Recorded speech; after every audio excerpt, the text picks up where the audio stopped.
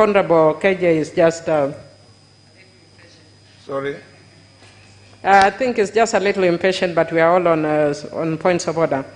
Mr. Speaker, I think what Honorable David Ochieng and others are raising are very important, because this is the first time we are coming up with a popular initiative that has reached this level. And I'm glad to hear from Honorable Tiende saying that the Joint Committee has looked into it. I think because of the lack of time, we haven't had opportunity to read, and I'm sure we will read. And I'm hoping that the committee will address them, because even if we don't address them as Parliament, they will be addressed elsewhere. So it would be very foolhardy for us as Parliament to leave our responsibility or raise those issues substantively, either through the report or through the House. Mr. Speaker, based on what they've stated and giving cognizance of the fact that I've not yet had opportunity to read the report of the Joint Committee, I would seek forgiveness if I repeat some of the things they've raised, but which will be okay anyway if they've raised them. My first issue is, Mr. Speaker, everybody is agreed there's a popular initiative, and Article 257. Is there an executive initiative? That's something I would like the Speaker to respond to, whether there's an executive initiative, because there's been a reference to an executive initiative. Does the Constitution, not our conjecture, does the Constitution make reference to an executive initiative? Secondly, is there a ranking of rights by positions? For instance, do I have a greater right to life than a fishmonger in Rusinga Island? Is there a ranking of rights in the Constitution? Against not by my subjective thoughts. Constitutionally, is there a ranking of rights? Does the President have a greater right to life than I do? Does some other citizen holding, either now or in the past, a senior political position have a higher ranking of rights than I do?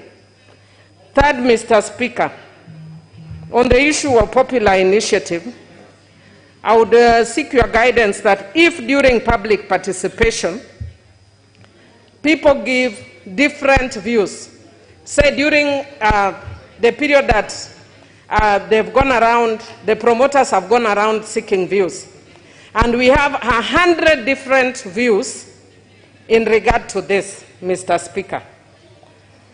Do we then take all their views and bring them to Parliament? Will there be a framing of 100 new questions? And Mr. Speaker, who then becomes the promoter? Is it the 100 people with the different views or the original promoters? And in that sense, Mr. Speaker, how do we deal with the issue that has emanated from the courts about public participation being quantitative and not qualitative? When does qualitative work and when does quantitative work, especially in regard to this issue? Mr. Speaker,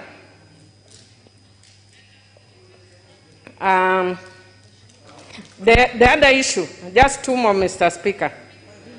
Can a constitutional provision that has been moved by Kenyans,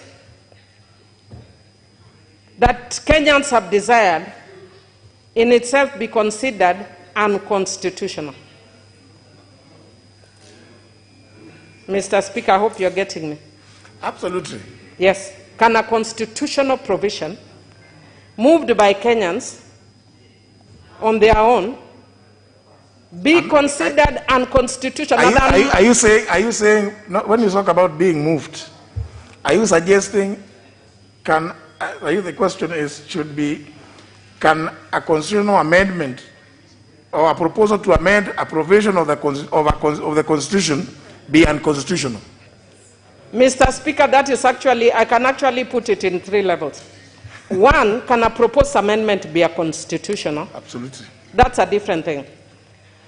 But once it is passed, can a constitutional provision be considered unconstitutional? I'm not talking about where there is a clash.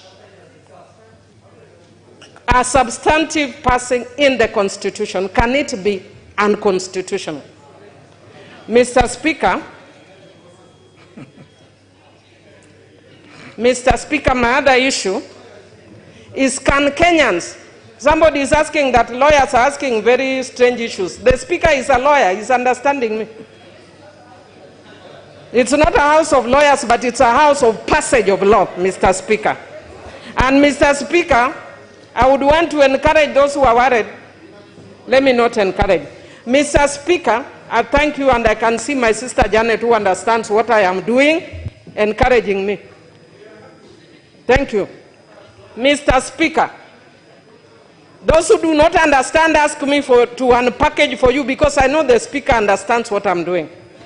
Mr. Speaker, can Kenyans pass a system of law or constitutional law that is sui generis for Kenyans, that may be a departure of other practices, but is very sui generis of Kenya? Is there something that stops Kenyans from passing a system? Maybe I can give an example that when we are passing the Sexual Offences Act, we were told that minimum sentences are not practiced in the Commonwealth. But Mr. Speaker, what we told them, in the Commonwealth, people were not raping 2-year-olds. So can we pass a sui generis system that recognizes our realities? And finally, Mr. Speaker, when there is an error that is noticed after the passage, how do we balance the role of Parliament? How do we cure it? The role of Parliament vis-a-vis the constitutional interpretation role of the Supreme Court. Thank you, Mr. Speaker. Member for Soy. Yeah? Please, only those issues that require my consent and ruling.